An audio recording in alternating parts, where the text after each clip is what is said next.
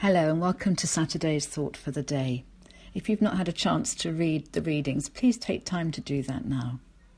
Psalm 42 expresses a longing for God, a longing by David to be in his presence, in God's presence, and to go with all the multitude to worship God in the holy place. That longing is so great that David compares it to being without water, being parched and thirsty.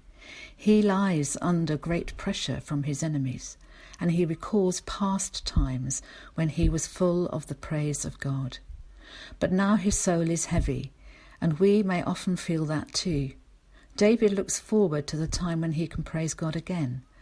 David had been outlawed by Saul the king, and so couldn't go to the holy hill to worship God. Yet even though he is deeply depressed, he knows that deeper still is God's love, and he holds on to that. He holds fast. He knows his shepherd, God, is with him.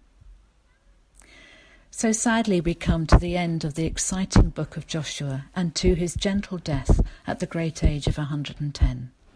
In a very simple tribute, he is called Joshua, son of Nun, the servant of the Lord. Testimony to his leadership is that the Israelites served God all the days of Joshua's life, and also throughout the lives of the elders who outlived him and knew all the work God had done for the Israelites. This is important, isn't it? To know the work that God has done for you and me, that we, you and I, should be able to tell others of all the great things that God has done for us. Do you ever do that? And then this book ends by describing where Joseph's bones, which were brought with the Israelites from Egypt where he died, and they were buried in the promised land, and that Eleazar, Moses' nephew, who is the son of Aaron, was also buried in Ephraim, not far from where Joshua was buried. All of these are evidence that God has fulfilled his promise to the Israelite peoples, from Joseph to Joshua. God taking the Israelites in captivity out to bring them into the promised land of Canaan. In Luke we read how Jesus has come to fulfill God's promise to all people. His teaching, his miracles, his healings all display the truth that he is the Son of God. The signs are before those who see him in his life.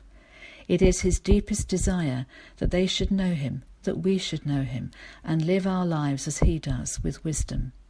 Such wisdom that enables us to sort out our lives right down to the nitty-gritty of our debts and credit problems. Deep calls to deep, in the thunder of your waterfalls. All your waves and your billows have gone over me. Renew my hope in you, O Lord, for I shall praise again your holy name. Amen.